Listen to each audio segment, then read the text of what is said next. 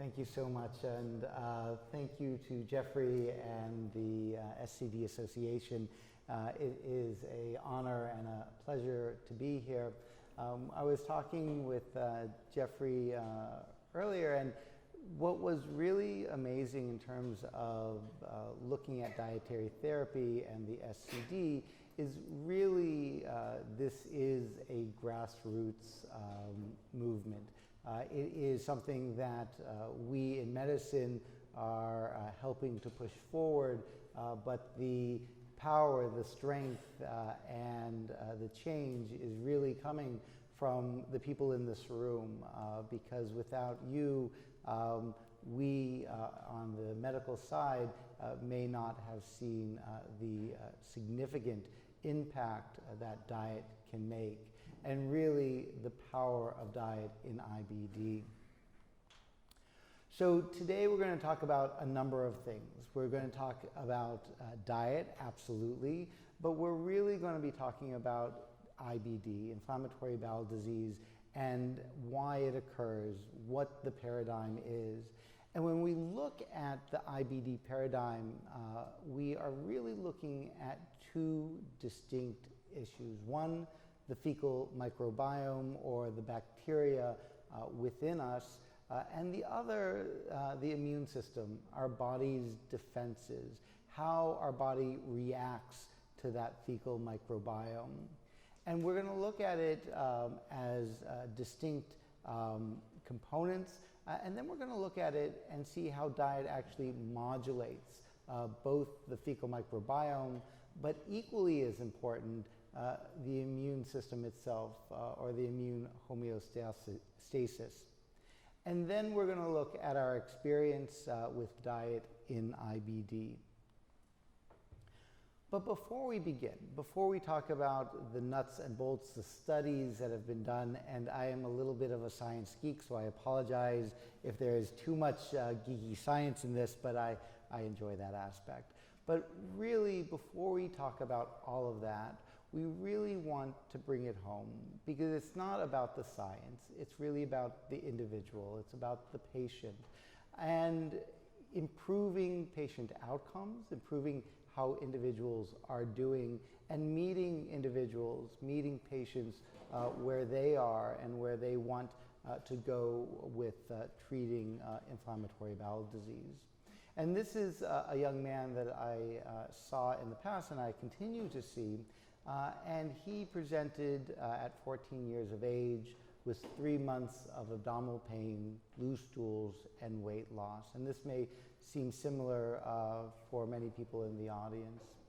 We did an initial workup that showed anemia and elevated inflammatory markers, and so we went forward with endoscopy and colonoscopy, and what we found was Crohn's disease, specifically ileocolonic Crohn's disease. And you can see the picture of the ileum here. It's inflamed, it's angry, and it's causing a lot of distress for the patient that I was seeing. And the family wanted to avoid medications. And so what diet allows us to do is, as a physician, is meet the families, meet the individual where they are, and not only treat the diagnosis, but also treat it in a way that the family wanted. So we'll talk about that patient a little bit later in the talk, but really now we're going to talk about why and how diet is implicated in IBD. And you can see this slide from a paper back in 2002, which shows the incidence of inflammatory bowel disease over the decades. And what we really see is with Crohn's disease, there is a continued increase over the last 5-6 decades in terms of the diagnosis. And what that tells us is that environment plays a very strong role in the development of IBD. Because genetic disorders such as cystic fibrosis, the incidence stays similar over time. But when you're dealing with a disorder that is triggered by the environment, you will see that as the environment changes, the incidence will rise. And in addition to adults, this is increasing, the diagnosis is increasing in the pediatric population as well. And you can see here that between the 1980s and up to 2014, the incidence of IBD has increased fairly substantially in this population. And another way we know that environment plays an extremely large part in IBD is where IBD occurs. And we all look at IBD and think industrialized nations, North America, Europe, but we're actually seeing a change in the world map. Yes, North America and Europe are large populations of IBD, but now we're starting to see an increase, a very substantial increase in Southeast Asia, in China, where the modernization and westernization of the culture is occurring, and therefore the change in the foods that are being eaten. I went to China in the 1980s, and IBD was not a diagnosis seen there.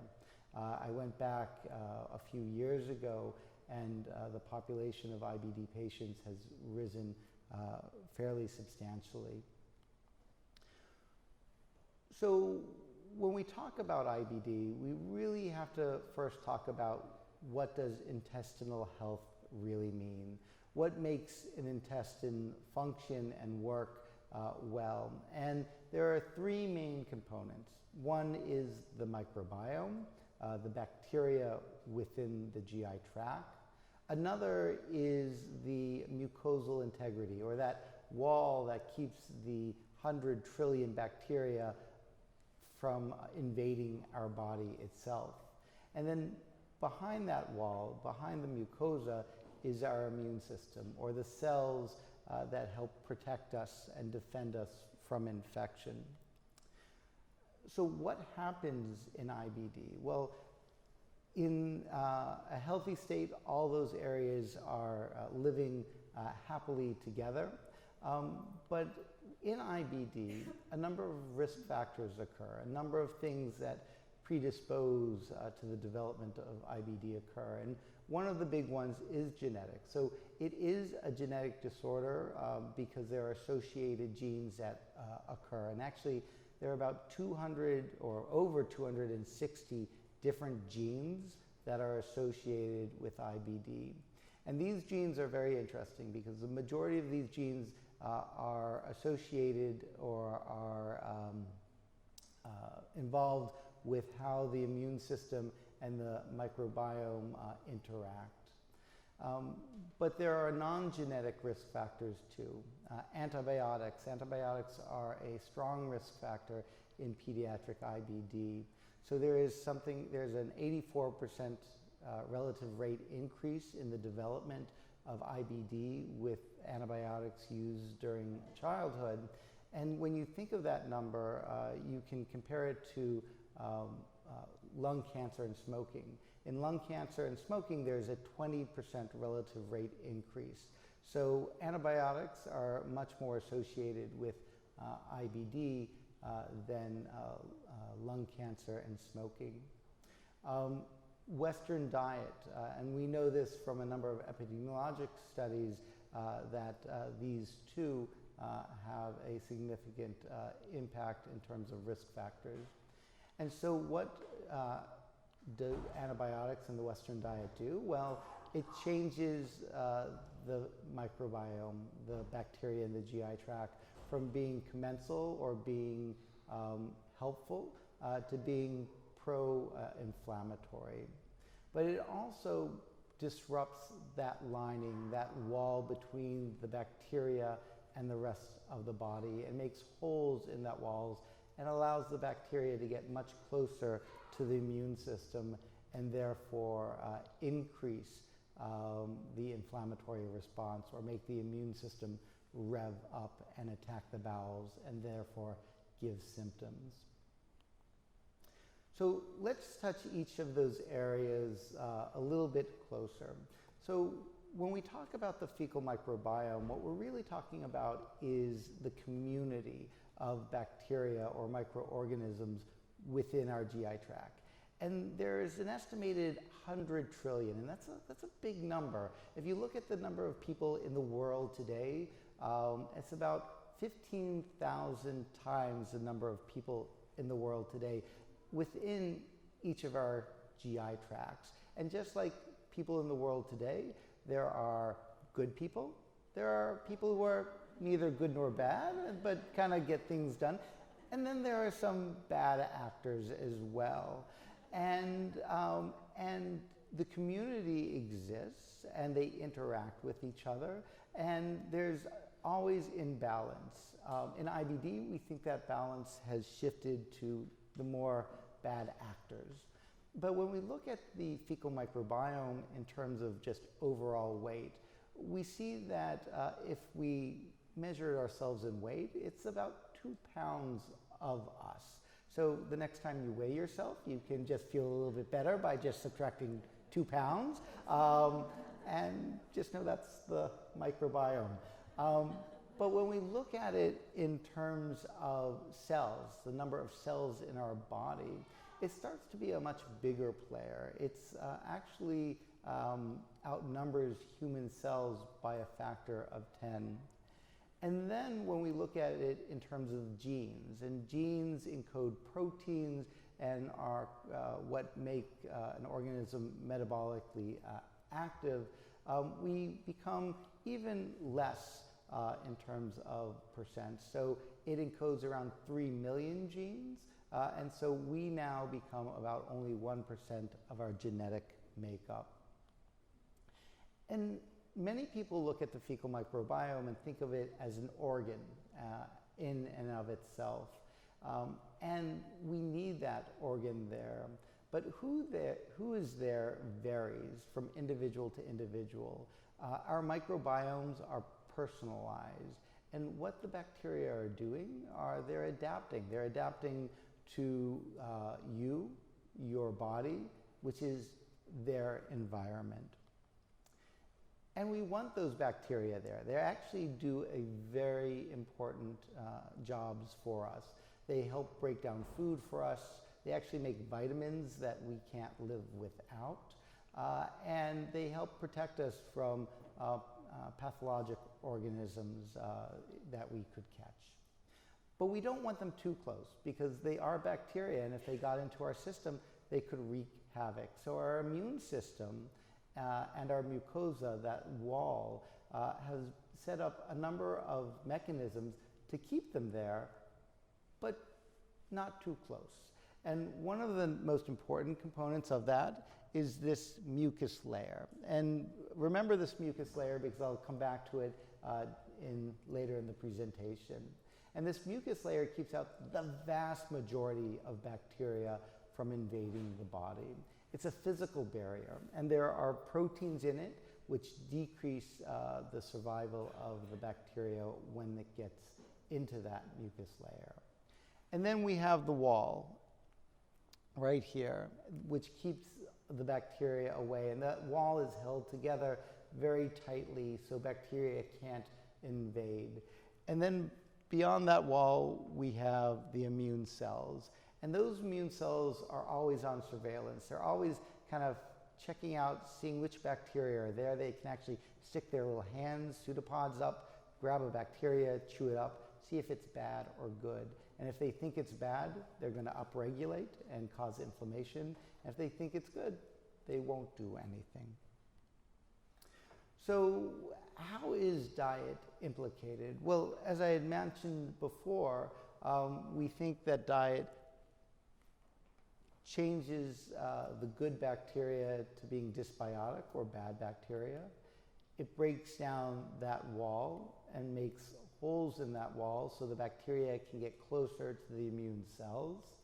And then it makes the immune cells upregulate, which cause the inflammation and subsequent symptoms. So let's come back to the question of diet and microbiome. So again, we now know the microbiome is that 100 trillion of bacteria, but how does diet actually change the type of bacteria in the GI tract? Well, to think of it, each bacteria is like an animal. And we know that in this world that we live in, there are many animals, and these are 6 of my favorite. But you know, if we were to have these 6 animals and put them in an enclosure and then only feed them hay, what we would know is that some of these animals wouldn't survive. I'm not a zoologist, but I'm pretty sure those 6 or those 5 animals wouldn't survive, but the cow would do really well. And the cow would survive and maybe procreate and have other little cows. The microbiome is very similar. Each of these bacteria are an animal, and the foods that we feed them is going to decide which ones are going to survive and flourish, and which ones will decrease and maybe even be eliminated from the GI tract. This is a study by a group led by Sonnenberg, and this is what they did was quite interesting. They actually went out and got fecal samples from individuals from the Amazon, from Africa, from industrialized areas, and they compared their diversity, the types of bacteria and organisms within the stool. And what they found was that the more non-industrialized areas had much more diverse bacteria because they were eating a lot of different things that in the more industrialized world we don't necessarily eat. And what they hypothesized was that over time, over millennia, the type of bacteria have decreased fairly substantially to what we have now. And they looked at it and they saw that over time, you could actually look to see how these groups of people changed. We started as hunter-gatherers. Our agriculture started to develop, and so now we ate specific foods that was easy to reproduce on farms. Industrialized revolution came, and that even focused the microbiome more. And then we became more knowledgeable over time about sanitation. And these are good things. I don't want you to think that I think agriculture is bad or that sanitation is bad. These are very good things, but they all have repercussions. And in terms of the microbiome, it has decreased the diversity that we see within. And we see this in studies as well. And this is a study looking at what's going to be more important. Is it an individual's diet, in this case the individual is a mouse, or is it their underlying genetics? And this group led by Karmati looked at diet's effect on the fecal microbiome in 5 inbred species of mice. And why this is important in IBD is because these mice were deficient for genes that were relevant for host microbial interactions. They were fed either a high-fat, high-sugar diet or a low-fat, high-fiber diet. And what they found was that diet shaped the gut microbiome similarly across genotypically diverse hosts. And what that really means is diet matters much more than what your genes are. And even if you have genes that predispose you to developing IBD, you can still shape your microbiome by the foods you eat. What was also interesting is that most of these changes were reversible, but the abundance of some type of bacteria really depended on the history of the foods they ate. So when we talk about dysbiosis, what are we talking about in IBD? Well, specifically, as I mentioned before, we're talking about a decreased biodiversity, a decreased number and types of bacteria, and a decreased commensal or good bacteria in the GI tract. We're also seeing a number of organisms that are what we call mucus or mucosal associated bacteria and mucolytic, so bacteria that actually break down, that feed off that mucus layer. And we're also seeing a reduction of bacteria which are involved in making metabolites or molecules that are very important in overall health of the GI tract. But it's not all about the microbiome. Microbiome is a fascinating area, and it is a key component of IBD, but the immune system is also a key component. And when we look at IBD, we can't ignore that and how diet affects the immune system. So in this study by Martinez, Medina, and group, they saw that diet induced dysbiosis or bad bacteria to increase, specifically E. coli, in something called CBAC10 mice, which were mice predisposed to developing IBD. But what was really interesting for me about this study was that it didn't only affect the microbiome, it actually affected the intestinal permeability or the strength of the intestine. And what you can see here, this little slide right there, is that a high-fat, high-sugar diet increased something called claudin-2. And you can see that by these little red dots. And what claudin-2 is pore-forming proteins, which literally leads to the proverbial leaky gut. So a high-fat, high-sugar diet led to this leaky gut. It also decreased the mucus or the mucus layer, specifically a component of it called MUC2, as you compare to conventional, the high-fat, high-sugar diet allowed the mucus layer to be broken down more.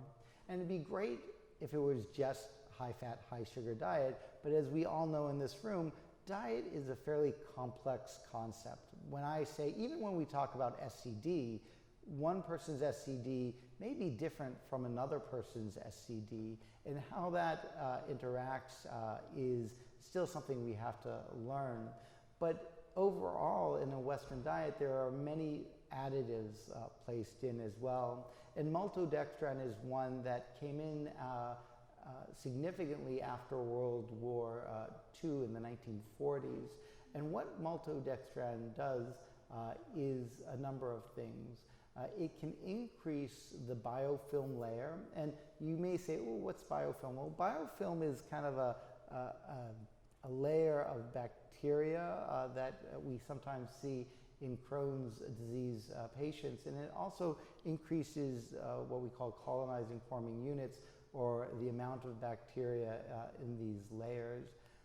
But what it also did was break down that mucus layer. Again, that mucus layer is that layer that keeps the vast majority of bacteria from invading the cells or the lining of the GI tract. And here you can see the little red dots, and they don't get close to the epithelial layer, the wall of the GI tract. And it's because of this black mucus layer, the thick black mucus layer. And it's maybe a little bit hard to see, but you can see here in the maltodextrin group, the bacteria are getting right up to that line of the epithelial cells, allowing the immune cells to be much closer and interact with those bacteria. And it would be great if it were just maltodextrin, but there are many emulsifiers in our diet. This is another study looking at two, one called CMC and one called P80. And what you see here also is that these emulsifiers will break down the mucus layer. But what in this study also was seen is that in these animals that were given the CMC and P80, it not only broke down the mucus layer, and these animals are predisposed to developing IBD, it actually increased the incidence of IBD. And so Animals that were just fed water would have a little bit over 40% development of IBD. Those animals given CMC and P80, the numbers were above 80%, so almost doubling the incidence of IBD in these animals. And there are many other things that are not emulsifiers. Carrageenan, which is added for texture to many foods and comes from seaweed, which obviously is not a part of the SCD, has been linked to intestinal ulcerations and inflammation in animal studies. It's estimated in the US that people get between 50 and 100 or 1,500 milligrams per day. And what was interesting and why I wanted to bring carrageenan into this talk was that there's been a recent study that gave individuals who had ulcerative colitis carrageenan. These individuals were in remission, so they were doing well, and they were either given a placebo or carrageenan, and they were followed over time to see if that would affect relapse. And what you can see is with 100 milligrams, which is about how much an individual would get on a regular diet, the relapse rates were significantly higher than that of the placebo. So about 50% of those who took in the carrageenan. Other things that we look at include microparticles. These are also excluded on the SCD. Aluminum silicates, which are anti-caking agents, and titanium dioxide, which brightens food. And these have not been as well studied, but there is some literature out there. And in this study that looked at macrophages or white blood cells from Crohn's patients, there was actually no effect when the microparticles were incubated with the aluminum silicates or titanium dioxide alone. But what was interesting in this study was that if there was inflammation already, and in this they added something called LPS, which induces inflammation, having those two items in there actually increased the inflammatory response. So it may be something that kind of pushes it further if you already have an ongoing inflammatory process. Another recently added additive is sucralose, and this, even though it's now ubiquitous within our diet, was a more recent food additive, and sucralose has been associated with altering the microbiome, degrading that very important mucus layer, and increasing permeability within the GI tract. What was really interesting about sucralose is that there's a study by Quinn that looked at the incidence or the diagnosis of IBD after the onset or the bringing in of sucralose to different countries. And what you can see is that there is a continued increase. Now, we can't blame sucralose per se, but the two are associated with each other, increasing incidence and the introduction of sucralose into our diets. So the next question is, if diet is implicated, how can diet alter our treatment paradigm? How can we make use of diet to make the dysbiosis into a eubiosis or a happy microbiome, repair that mucosal disruption, the wall, and relax our immune system?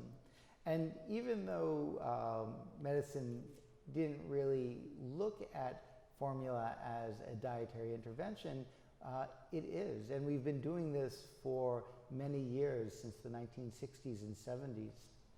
As Jeffrey explained, it actually all started with TPN, where surgeons actually noted that when they placed Crohn's disease patients on TPN, their symptoms and their inflammation decrease substantially. But EEN, or exclusive enteral nutrition, has been a mainstay of treatment in pediatric IBD. And what it is when we remove all other foods for about 8 to 12 weeks and drink formula exclusively. No other food or drink is allowed, although there are versions of this which do allow for some food and drink. And it's usually delivered either by drinking it or via a nasogastric tube. And what we know and what we've found out over the years is that this works equal to steroids in bringing people into clinical remission. Not only bringing people into clinical remission, but normalizing their inflammatory burden based on laboratory studies. But EEN does something else, which is really important, that steroids don't do as well. And this study by Borelli really highlights that. This is a prospective study where individuals either got steroids or formula, and they were followed over about a 12-week period, and they were checked for laboratory studies, but more importantly, they had ileocolonoscopy at the beginning and at the end of the study. And what you can see here is that clinically, this is a measure of clinical disease activity. Clinically, they worked equally as well. What you can also see is that inflammation based on labs, the CRP and the SED rate and albumin, the labs actually normalized equally as well, both on the steroids as well as on the EEN. But what was more impressive is what happened to the lining of the GI tract. In the steroid group, there wasn't any significant healing, as opposed to that of the EEN group, where they had improved mucosal healing at the end of the 10 weeks. Again, pointing to the power of nutrition in IBD. And we do know that EEN does change the microbiome. So the bacteria within the GI tract shifts dramatically. Interestingly enough, it actually shifts in a way that we think would be bad. But again, the end result is good. So it may be that we need to learn better what a good or bad microbiome truly is. So if EEN works, if formula works, why can't a whole foods diet? And I think, as people in this room already know, a whole foods diet can work and does work. Specifically looking at the SCD, or the Specific Carbohydrate Diet. And this was a diet that was started in the 1920s and 30s to treat celiac disease by Dr. Sidney Haas. And he treated, as everybody in this room knows, Elaine Gottschall's daughter, Judy, who had ulcerative colitis, and she did very well. And Elaine then popularized and refined the diet further. What the diet does is restricts grains, sweets outside of honey, milk products outside of hard cheeses and yogurts that have been fermented for 24 hours. And what that does also is remove a lot of those food additives and the high sugar that the Western diet has. And the great thing is there is a growing body of evidence from the medical side that it works. I know from an individual side, you guys know that it has worked well for you already. But from the medical side, we are now also learning that. And these are some of the studies. And what I'll do is kind of bring you through my journey of learning more about the SCD. And it really started with a patient that came up to me and said, you know, this diet really works. And I said, oh, that's really interesting, but is it making you feel better, or is it also having an effect on the inflammation itself? And so we got labs, and his labs were completely normal. And that really sparked a great interest in me. And so we looked at our medical literature, our records, to see if we could find anybody that was similar to him. And we were able to find 7 individuals who had Crohn's disease, who had mild up to moderate disease activity, who went on the diet and the diet alone, so they had no other medications or treatments. And what we found is, based on disease activity, is that they all normalized. They all felt better at their 3-month follow-up. But what really impressed me was what happened to their labs. This is a measure of their CRP, or their C-reactive protein, and you can see that after a 3-month period, their labs had completely normalized. And that told me that it was not only making individuals feel better, but also having an effect on the inflammatory burden in IBD. So we kind of pushed forward and wanted to get broader experience or knowledge from individuals who had done the SCD. And so we did a online survey, and it may be that some of you answered this online survey. We put the question out, how did the SCD affect you, and how did it affect your symptoms? And what we found was that the majority of individuals actually had clinical improvement on the SCD over time. And this was also important, but it also told us that we needed to look further in terms of why this was occurring. And so we pushed forward with a prospective study looking at individuals who had active Crohn's disease or ulcerative colitis. And these were pediatric patients, 8 to 18. But what was really key here is that they had to have active disease, but they couldn't have change in their medications, and they couldn't have had any other changes in their diet. And they followed the SCD, and they were followed in the study for up to 12 weeks. And we looked at their clinical response, their laboratory response, and their microbiome.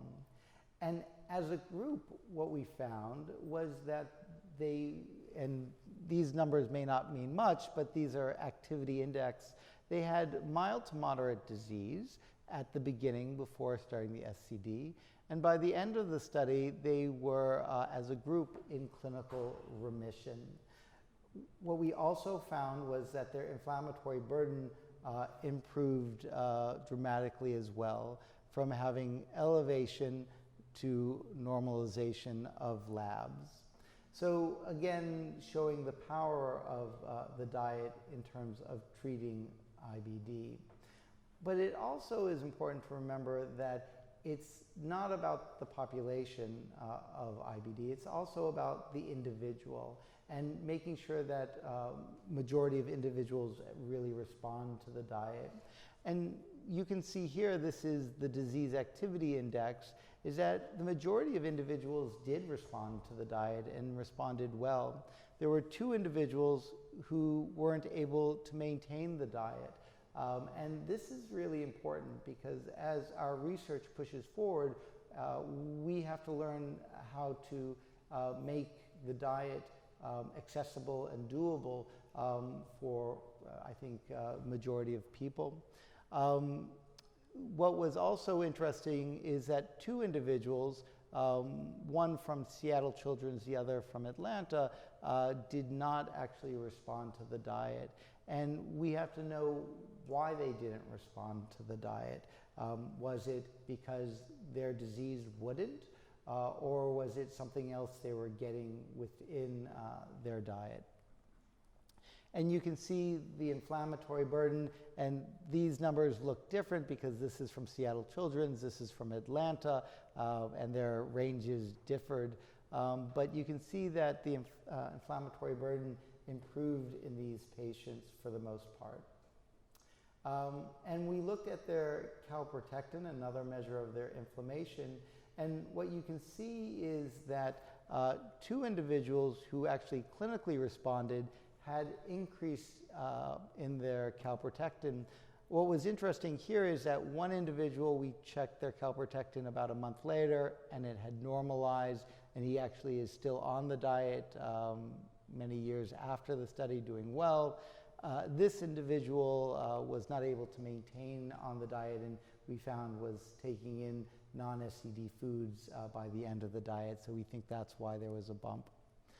And then the two individuals who didn't respond to dietary therapy also had continued elevation of their inflammation.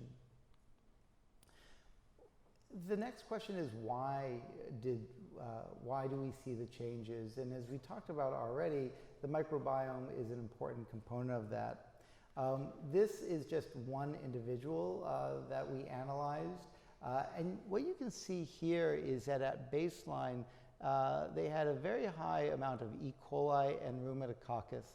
And what those two organisms are organisms that have been implicated in IBD. So there's a feeling that they may be a part of why IBD occurs. And they were at 12 and 15% before the diet, but by the end of the diet, they were at 0.2 and 1.9% of the entire microbiome, so significantly shifting the organisms within. And we looked at everybody's microbiome, and we saw shifts in everybody, but we didn't see a consistent or a similar shift in each individual's. Everybody's microbiome was different. Everybody's diet, even though they were on the SCD, was different, so the shifts that we saw were different. We are now actually wrapping this study up as well. This is our next study, which we looked at, which was a diet-controlled study. And these individuals were Crohn's, active Crohn's disease, and they actually went on to the SCD with oats and rice, or modified whole foods, to better define what aspects of the diet are going to be the most important. And these individuals had mild to moderate disease, and like the first study, no change in their medication. We tried to control for the foods that they ate by providing the food themselves, so there was a chef that would make all the food for the individuals, and then they also had a free food list if they wanted other snacks. And we watched them for 12 weeks, clinically, their labs, as well as their fecal microbiome. There were a couple of interesting components to this study. One is that even on, the two dots are individuals that were not able to maintain the study. But what was interesting about this is that individuals actually felt better on all three of the diets. Which is important because, again, not everybody will do an SCD, and not everybody can do SCD diets. It takes a lot of strength, a lot of perseverance and commitment. But what it does tell us is at least eating an overall healthy diet can improve symptoms in and of itself if somebody has IBD or active Crohn's. What was also interesting was that we did see improvement in inflammatory burden for the majority of individuals. But what I thought was very interesting here is that patient 3 and patient 7, who had the highest inflammatory burdens, actually were on a whole foods diet. And what this showed was that whole foods diet, a healthy diet, won't necessarily normalize your inflammatory burden, but it will reduce it, which may actually mean that for people who want to do the SCD and use it as sole therapy, that will work. But for those people who are on medication, it's still going to be important to eat a healthy diet. And we're now in the midst of analyzing the microbiome, and as before, we did see significant shifts in the majority of individuals. And we are continuing on. Not only us at Seattle Children's, but many other centers are looking at diet and its impact in the GI tract. We're doing a study with Cincinnati Children's called PRODUCE, which is a multi-center study, actually 12 different centers, about 100 children will be enrolled, that is looking at the effect of SCD in both ulcerative colitis and Crohn's disease. We are finishing up the double-blind diet control studies. We also did a low animal protein SCD in ulcerative colitis study, and those results are being analyzed right now. One of the studies that we're doing also is called a reverse engineered EEN study in Crohn's disease. I often get the question, so the formula has a lot of additives in it. It has a lot of sugar in it. Why is it working? You know, it shouldn't work. Well, I would like to let you know that I don't know completely why it's working or why it has such a profound effect. But we wanted to base this study to see if we could push the improvement even further. And so the reverse engineered EEN study is actually looking at a whole food blenderized diet. And so we give blenders to families and we give the food to blenderize and they get to do that for a 8-week period. What's also important, I should say, is it really is the SCD community that is enabling us to do this research. And so I have to be very appreciative of the community that has been very supportive of pushing this research forward. The diet study is an adult study at the University of Washington by a fellow named Tim Zisman, who's looking at the low residual diet versus SCD, and the CD dying study is by UPenn, a fellow by the name of Lewis, looking at SCD versus Mediterranean. So let's come back to that clinical case that we started the talk with. This young man went from EEN and then transitioned to the SCD. He has been in clinical remission and laboratory remission for over 3 years. Actually, I think it's now about 4 years. And he had a endoscopy and colonoscopy about a year ago, which was completely normal. What was also amazing was the biopsies were completely normal. So this illustrates why diet is so important. It's an untapped area of treatment that can, for many people, work on its own, but for many people who still require medication, can further improve their outcomes. So my dietary advice for the individual patient varies. It varies based on the individual and how they want to treat their IBD. But no matter what that individual wants, it's always important to let them know that diet truly matters. Thank you very much.